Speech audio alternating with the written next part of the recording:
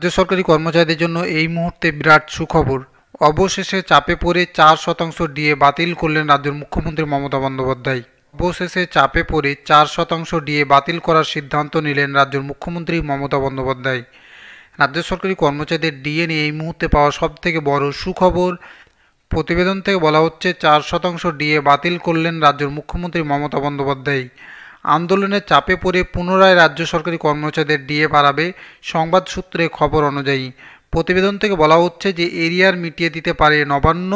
2023 থেকে আবারও পুনরায় এক কিস্তি ডিএ ঘোষণা করবে রাজ্যের মুখ্যমন্ত্রী মমতা বন্দ্যোপাধ্যায়।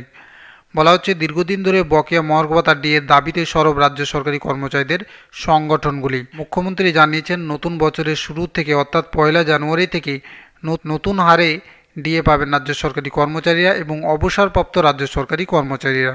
প্রতিবেদন থেকে বলা হচ্ছে এদিন মুখ্যমন্ত্রী বলেন, কেন্দ্রীয় সরকার প্রাপ্য টাকা দিচ্ছে না, রাজ্যের টাকা দিয়েই সব করতে হচ্ছে। তারই মধ্যে মহার্ঘ ভাতা বাড়ানোর চেষ্টা করা হলো। এই জন্য রাজ্য সরকারের প্রতি মাসে অতিরিক্ত খরচ হবে প্রায় 160 কোটি টাকা। প্রতিবেদন থেকে বলা হচ্ছে সরকারি কর্মচারীদের 35টি সংগঠন ডিএ নিয়ে আন্দোলন করছিলেন। তাদের মূল দাবি বকেয়া ডিএ রাজ্য সরকারকে পরিশোধ করতে হবে। যদিও সেই বকেয়ার কিছু শতাংশ পাচ্ছেন রাজ্য সরকারি কর্মচারী। এখন এই 4% মহার্ঘ ভাতা ঘোষণাকে রাজ্য সরকারি কর্মচারী সংগঠনগুলি কিভাবে নেই সেটাই দেখার। বন্ধুরা, এই মুহূর্তে পশ্চিমবঙ্গ রাজ্য সরকারি কর্মচারীদের জন্য বিরাট সুখবর। প্রতিবেদন থেকে বলা হচ্ছে যে 4% ডিএ বাতিল করলেন রাজ্যের মুখ্যমন্ত্রী মমতা বন্দ্যোপাধ্যায়। পুনরায় রাজ্য সরকারি কর্মচারীদের জন্য আবার এক কিস্তি ডিএ ঘোষণা করবেন।